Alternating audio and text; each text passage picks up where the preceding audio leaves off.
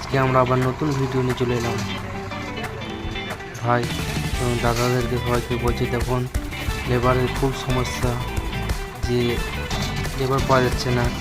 সেই জন্য আমরা একটা নতুন গাড়ি কিনেছি, গাড়িটা পুরনো গাড়ি কিনেছি এবং লোডারটা পেজকাল লোডারটা ব্যাক লোডার নতুন, এবং খুব অল্প সময়ের মধ্যে খুব 5 থেকে 7 মিনিটের মধ্যে গাড়ি লোড হয়ে যাচ্ছে। খুব অল্প খরচার মধ্যে, খুব জোর তেল খাচ্ছে, খুব জোর 30 থেকে 35 টাকা মতো।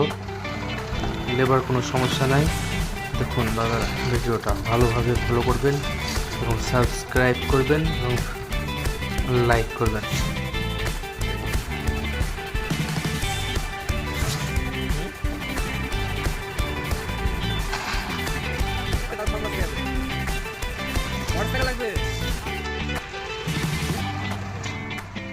মোটরসাইকেল লাগবে, তোমার চাচ্ছি